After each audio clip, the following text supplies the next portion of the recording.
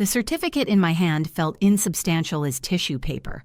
The regional business competition award I'd been excited to share now seemed childish. "Useless girl, you were never the bright one." My father's voice carried across the living room, slicing through conversation like a blade. My relatives froze, wine glasses suspended, eyes darting anywhere but at me. The pride I'd felt evaporated, replaced by a familiar hollowness. The floor seemed to tilt beneath my feet as I stood there, exposed. "My name is Olivia Reed. I'm 31 and the founder of a tech startup. This is the story of how I forced my family to finally see me." Growing up in Columbus in the shadow of my brother Nathan had been an exercise in invisibility. Nathan was the golden child. My accomplishments were brushed aside like crumbs from the dinner table. "Dad, I was thinking about expanding the company into—" I began, despite the knot in my stomach.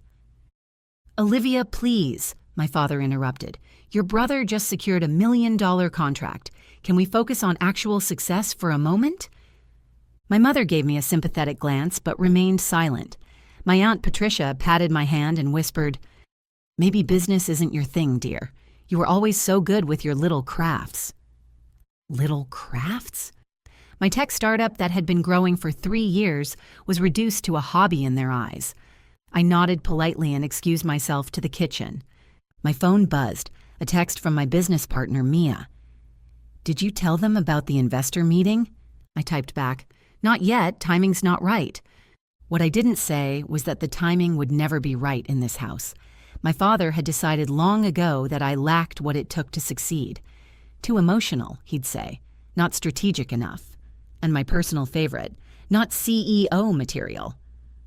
I rejoined the family gathering with a smile that didn't reach my eyes. Little did they know, this dismissal was fueling something inside me that would soon force them all to see me. The next day, I arrived at our office space in a renovated warehouse.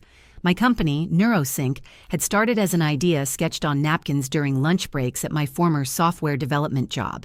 Now we occupied half a floor with 15 employees and technology making waves in predictive analytics. Mia looked up as I entered. "That bad, huh?"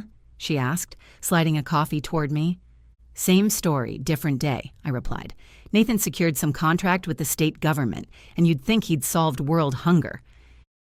And meanwhile, we're just revolutionizing how businesses understand consumer behavior. Nothing important." "The investor meeting is confirmed for Thursday," she continued. "Westlake Ventures wants to see the new algorithm in action. When it goes well," I corrected her, "we'll have the capital to scale up and take on Horizon Data directly." Horizon Data was our main competitor, a company that had rejected my job application, suggesting I look into something less technical. That rejection letter still sat in my desk drawer. Back at my childhood home, there were other reminders. Photographs of Nathan receiving awards dominated the mantelpiece. My graduation photo was somewhere in a dusty album, rarely seen. For 3 years, I had lived in a tiny apartment, eating ramen noodles and pouring every dollar back into NeuroSync. I'd started with my own savings and a small business loan, supplemented by an angel investment from a tech mentor I'd met during my time at Columbus Tech Incubator. I worked 18-hour days, all while hearing my father's voice. "Useless girl, you were never the bright one." The conference room at Westlake Ventures felt too warm. I adjusted my blazer and glanced at Mia, who gave me a subtle nod. "As you can see from our projections," I continued, "NeuroSync's algorithm has consistently outperformed market standards by 27%. What this means is an unprecedented level of customer behavior prediction." Gregory Westlake leaned forward. "And your competitors? How does Horizon Data's new platform compare?" Horizon's approach relies on historical data sets. Our algorithm incorporates real-time emotional response indicators. Simply put, they can tell you what customers did yesterday. We can tell you what they'll do tomorrow. 2 hours later, Mia and I stood in the lobby, still in shock. Westlake had not only agreed to invest, they wanted to lead a funding round that would value NeuroSync at $90 million. My phone rang. It was my mother, reminding me about my father's retirement party. "Maybe you can bring those cookies you used to make. Everyone always liked those." The contrast was almost comical. In one moment, I was negotiating a multi-million-dollar deal. In the next, I was being asked to bring cookies to celebrate someone else's success. The week that followed was intense. Days blurred into nights as lawyers drafted agreements and press releases were carefully worded. Thursday morning, Mia burst into my office with a tablet. Forbes, Business Insider, The Wall Street Journal, they're all running the story. My face stared back at me from the Forbes website. The headline read, "Disruptor Alert, Olivia Reed named youngest female CEO in tech after landmark investment deal." My stomach dropped. The announcement wasn't supposed to go public until after I'd had a chance to tell my family in person. I quickly scanned the article. Our PR firm had included my background in the press kit, apparently rushing the release to coincide with a major tech conference happening this week. As if summoned by my thought, my phone began to vibrate with messages. Colleagues, old classmates, distant relatives, all suddenly aware of my success. But nothing from my parents or Nathan. The silence was deafening. After Mia left, I called my parents. My father answered, his voice clipped. "I suppose you think we'd be impressed," he interrupted, "making a show in the business pages." "Dad, I built this company from nothing. No connections, no family support, not even a word of encouragement." "Now you've got your name in some articles. We'll see how long it lasts before reality sets in." The reality is that I'm now the CEO of a $90 million company that's changing the industry. This tech bubble you're writing will burst. Nathan's built something solid, something real. I closed my eyes, suddenly tired of the same old narrative. Sunday arrived warm and clear, a perfect day for an outdoor retirement celebration. I sat in my car outside my parents' home, watching guests arrive. People who had witnessed my relegation to the background over the years.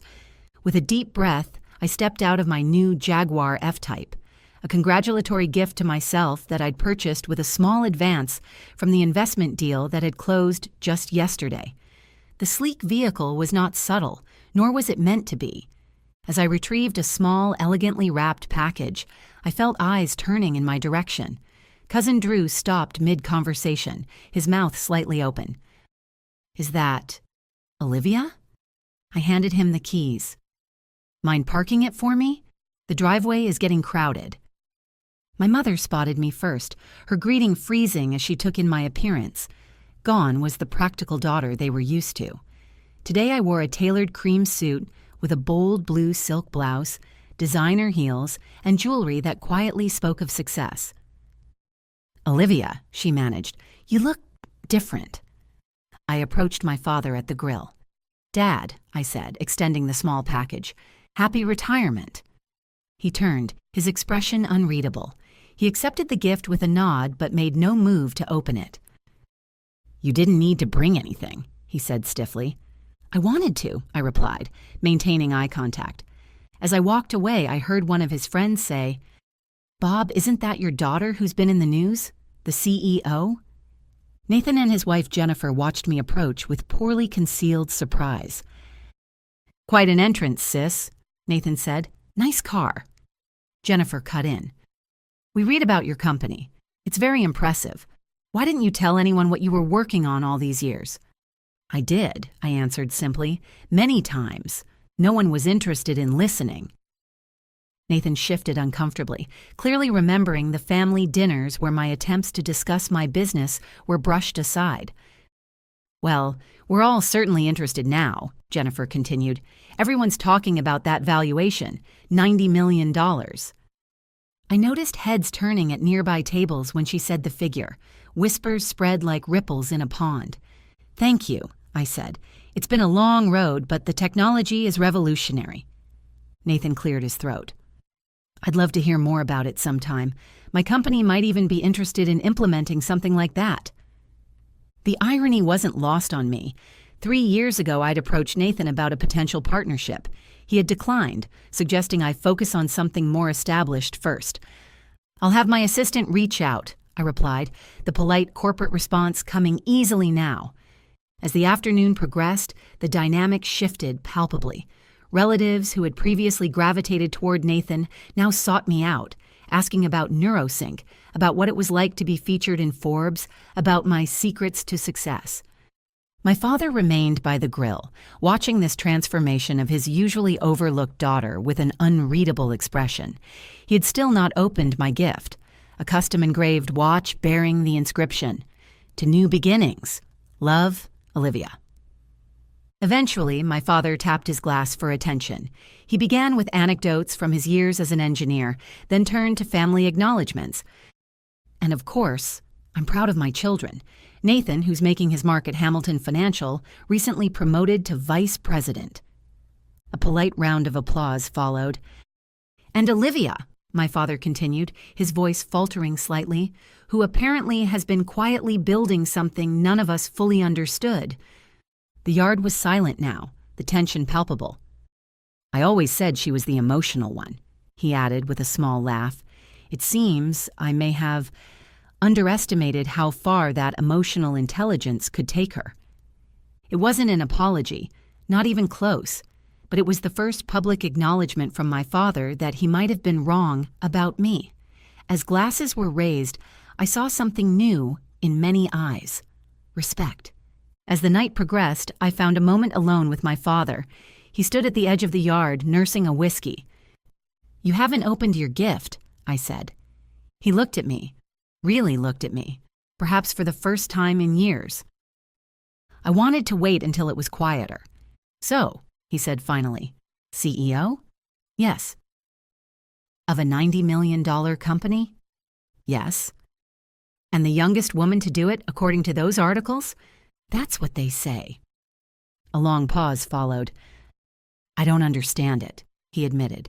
"This tech stuff. In my day, business was straightforward." "You don't need to understand the technology, Dad. Just understand that I built something valuable, something lasting." He nodded slowly, then gestured toward the front of the house. "That car? That's quite a statement." "It wasn't meant to be a statement. It was meant to be a reward for years of hard work." "Still," he said, his voice lower, "pulling up like that after all those articles, you knew what you were doing." "Yes," I admitted, "I did."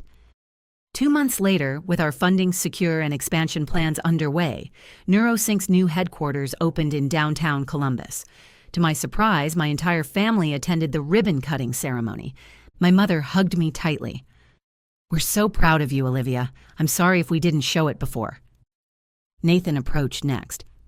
"This is incredible, sis. I had no idea this was what you were building." "That's because you never asked," I replied, but without the bitterness that would have colored such a statement months ago. My father stood near the entrance, taking in the sleek architecture. He wore the watch I had given him, a small gesture, but significant. I walked over to him. "Thank you for coming." He nodded. "Wouldn't have missed it."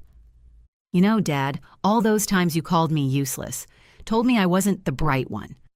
It hurt, but it also pushed me to prove you wrong." He looked at me, his expression a complex mix of pride and regret. "You certainly did that." "Yes," I agreed, "I did." And in that moment, standing in the building that bore my company's name, surrounded by the empire I had built, I finally felt free of the need for his approval. I was Olivia Reed, CEO, visionary, and architect of my own success, and no one would ever call me useless again.